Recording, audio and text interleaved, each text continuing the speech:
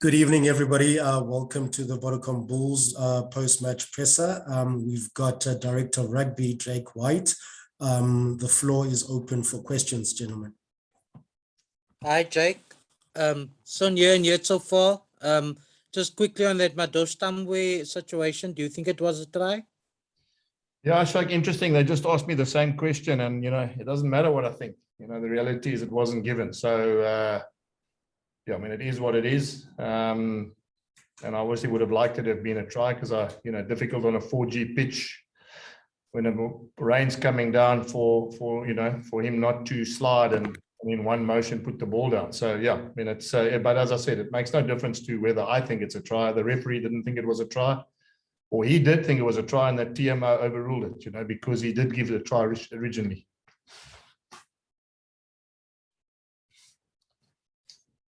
Just especially in the first half, Jake, a lot of calls at the breakdown went against you guys. Obviously at halftime you could speak to them. What were they saying was the issue there? Was it the interpretation thing or just not getting there quick enough? Yeah, Ashok, I mean, again, we've been speaking about this for 4 weeks since we got here. It's about adapting to the refereeing, it's about understanding that it's a very different competition. You don't get given anything here, so, to be fair, we did get rewarded a few times with Bismarck. I thought he was really good at the breakdown tonight as well. So, I suppose, you take the good with the bad. We dropped the kickoff after we scored a try and got them back in the game. So, I mean, as I said, it's no use looking at those things. A lot of things we need to look at. I think one thing is for certain is we can't always give, halftime 14-3 or 16-3 and then keep fighting back to win. Although I must say I'm really proud that literally up to the last play, we were still in the game, which is credit to the guys who came on. Kyk, jy het natuurlik die wedstryd nog gewen vanaand. Maar is jy het jy slaaplose nagte oor die vertoning vanaand of is daar lesse of positief goed wat jy uit die wedstryd kon geneem het vanaand, Jake? Ja, Percival, I mean, daai game's net klaar. So slaaplose nagte, I mean, ek is bed toe gegaan. So ja, einde van die dag is maar, jy weet, ek is teleurgesteld omdat so net nou gesê het, jy kan nie elke week vir die ander span 14 of 16 punte gee nie en dan dink jy kan elke week terugkom. Maar jy weet, saying that, ek moet vir jou sê, ek is baie trots die feit, tot by die laaste beweging was ons nog steeds in die game. So jy weet, as het kom by fighting spirit, is ek maar baie gelukkig met die feit dat ons spelers nie opgehou het nie. Jake, probably fair to say that you maybe didn't come out the right side of the 50-50 calls today, but as you kind of touched on, there were problems in your game today, like the scrums in the second half. And do you feel that the guys kicked enough with the rain pouring down? Yeah, Ken, it's not so much kick too much. I just think we couldn't get our hands on the ball. When we did keep it just before halftime, and we obviously, we looked like scoring. I mean, we got some great game line at the end there. I mean, we kept the ball phase after phase, shows that, we got to trust the fact we want to play, So, yeah, without being, I mean, obviously it was difficult. What happened there is we weren't getting any joy at the breakdown. Every time we got, carried the ball 2 phases, we generally got it turned over or we got a penalty away. So it felt like at times that we were sort of getting strangled by playing. And I mean, typically, as I said, the naivety and I suppose the inexperience then is like a catch-22 because you've got to keep playing to win. But you also know you're not getting any joy by going 2-3 phases because you're turning the ball over. So, yeah, Ken, I just said to the youngsters as well, don't forget, I've got to see, a guy like Robert Hunt play 40 minutes at this level. I've signed him from Varsity Cup.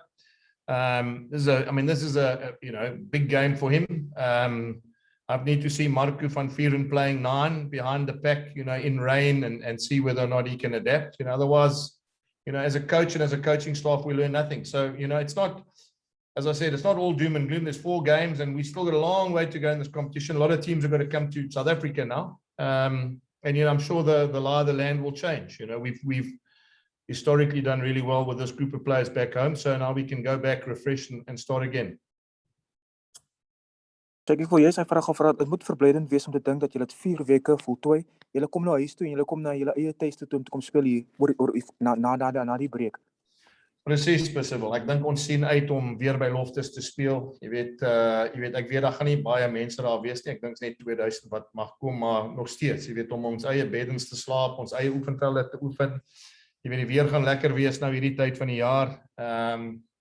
Ja, so ons sien uit, jy weet ons sien uit soos ek sê om weer tuis te speel en jy weet seker te maak ons kom weer terug in hierdie kompetisie. Jake, given the decision that was announced on Friday that the South African teams will now have games, are you changing anything in your preparations? I mean, obviously now you've got a bit of extra, you don't have to travel back to Europe. Are you changing anything in your preparations or your build-up? Yeah, and I mean, obviously it's significantly different. You know, if you're going to be playing in Italy in the middle of winter, in December, you know, in the rain and the snow and the freezing cold, and you need to get there early to make sure you can prepare. I mean, the planning is completely different to now staying at home, training in sun, getting ready at Loftus, you know, all those sort of things. So the planning significantly changed, you know, and that's why I think it was, you know, great news for us that at least now, you know, we can build some pressure on the overseas sides that have got it, you know, obviously said travel, train schedules, etc. You know, it hasn't been easy. Sure, everyone admits that it's been very difficult, especially at the back of, you know, I'm sure you guys have seen, but I mean, I think I looked the other day, 54 consecutive weeks of playing rugby, 44 rugby games that we've had to prepare for. That's literally 10 weeks off in 12, you know, in 12 months it's a lot of rugby. So, you know, we're looking forward to now. We'll get back. We'll have some time off. I think some of these boys need to get away and you know, obviously refresh. And hopefully when we get back into Loftus, when we do assemble again to prepare for the next two games, which is Munster and Scarlets at Loftus, obviously we're looking forward to that. I'll follow up to that. Does it change anything in terms of the personnel, or are you going to continue with giving some guys or make sure everybody gets a run? Yeah, you know, I just earlier said to you, I give you a little bit of a history lesson quickly. In 1996, Super Rugby started. The Crusaders came last, and then they dominated for the next, you know, 10, 12 years. They dominated Super Rugby. And I'm not for 1 minute saying we want to come last, but there's a lesson to be learned. And you know, as I said, without harping on the point, but Robert had to learn to play Tate. Simpiwe had to learn in the pelting rain on a 4G pitch to scrum against, you know, VPNL, who's an international Tate prop, you know. And whether we think he scrummed in or whether we think, you know, it was illegal, it's irrelevant. The point is, those are all the learning things that we got to get through, you know. So, you know, when the pressure's on, you know, as I said to you, you've got to put people into those situations. And you know, the coaching staff, it's not ideal always. You want to try and get a bit conservative and think, let's hold it back. But, you know, for me, I want to build a team over the next couple of years that, you know, that have had enough experience, home and away, and in pressure situations and in winning situations that, you know, those are all part of the building blocks of making sure you've got a strong side.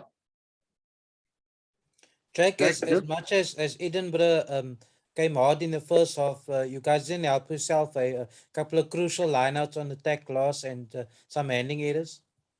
Yeah, you know, Ashfaq, I mean, I don't want to dissect the whole game, but I mean, it started off, you know, we lost a line out, we got scrummed in the first scrum penalty. We knocked on an up and under. I mean, it was literally, I mean, 3 turnovers consecutively from whenever we had chances to build pressure, you know, and that's what happens, you know, that's what happens to a team when they haven't played together, when we're still putting the building blocks together. You know, it doesn't mean that the players who are on there aren't good enough. It just, again, it's something we've got to have to work on, you know, and the only way you learn that is you keep putting them in those situations, you know, and finding ways in which they can handle those pressure situations. So, yeah, I mean, I don't want to sound like, as I said, that everything is doom and gloom. I mean, I'm not happy that we lost this game, and I'm not happy that we gave them a 14-point start. But gee, you know, a saving tackle on Lionel Mapu's jersey and the last player of the game. Otherwise, we scored at 17 all. You know, so, and the Stormers came here last week and obviously had a 20-all draw. So it shows you it's not an easy place to come and play, and it's not a competition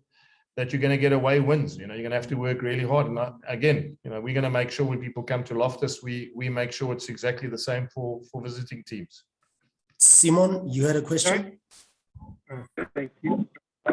Jake, hard luck, but I've listened to you and you've alluded to the fact that you're still busy with your troops, and you've forewarned us, well, those that wanted to listen to what you said, that situation will change in future, and the future is now here.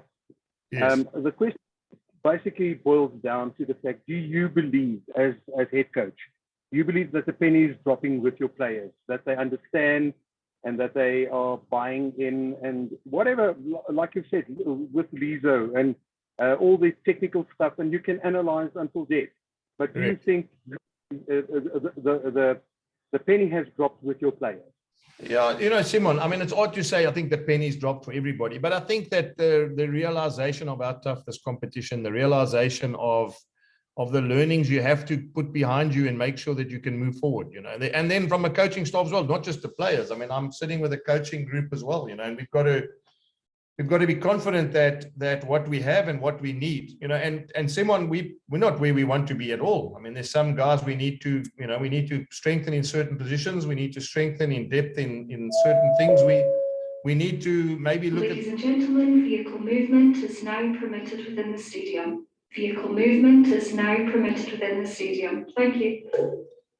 Yeah, so as I said, Simon, I think that there's a lot of things, you know, there's looking at different players, looking at different combinations, looking at the playing style, looking at, as I said, you know, the preparation, looking at the touring schedules, all that sort of stuff. You know, I mean, this is a unique experience for us in terms of the fact that after, you know, 50 weeks of rugby, you're 4 weeks away from home, and you know, you've got a new squad. I mean, Bismarck's just come in, you know, it's still work in progress for us. So, you know, I'm not sure that I'm going to answer and say every guy the penny's dropped, but, you know, look in the change room today, there's a realization that this is a tough competition, but you know, I've got to stress, Simon's not over. I mean, there's a long way to go. There's a lot of guys still got to come to it, South Africa, and a lot of permutations of teams that are going to beat certain teams there that they probably wouldn't have beaten here. So yeah, I mean, it's a long way to go.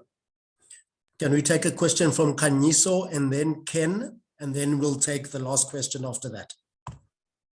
Thanks, Komani. Good evening, Jake. Hard luck on the result. I mean, Jake, over the past 4 weeks, you've been very diplomatic with how the officiating has panned out. I think, and every other South African coach has had their views. But do you feel that when those European teams come in, do you expect them to complain when the rub of the green is against them from an officiating perspective? Yeah, I don't know what they're going to do. I mean, I'm not sure. I mean, I'm not sure how they're going to. I mean, I don't even know how those games are going to pan out. You know, I think the bottom line for us is we're in a new comp. There's been a lot of talk about the officiating, a lot of talk about adapting to the changes, a lot of talk about a different kind of competition, and I suppose interpretations of how they see certain things, you know, and we're going to have to adapt, you know. So it's not a case of being diplomatic at all. It's a case of we're in this competition. We're going to be in this competition for a long time. You know, we've signed up to play in this comp for a long time, and you know, there's no use saying it doesn't work. It doesn't work. We've got to find a way in which it works, because for us to be successful going forward, you know, this year and in the next few years, we're going to have to adapt and find a way. So, yeah, I mean, I don't know what's going to happen in South Africa. I mean, I don't even know who's refereeing in South Africa, but, you know, as it is, you know, we could probably have the same referees, and that means, you know, it doesn't matter whether you play there, you've got to adapt. Thank you. Ken, and then the last question, Leighton. Thanks, Kamani. Jake, you mentioned the schedule you guys have had. There were a few more missed tackles tonight. Is that a bit of fatigue coming through? Do you feel the guys are starting to show a bit of tiredness?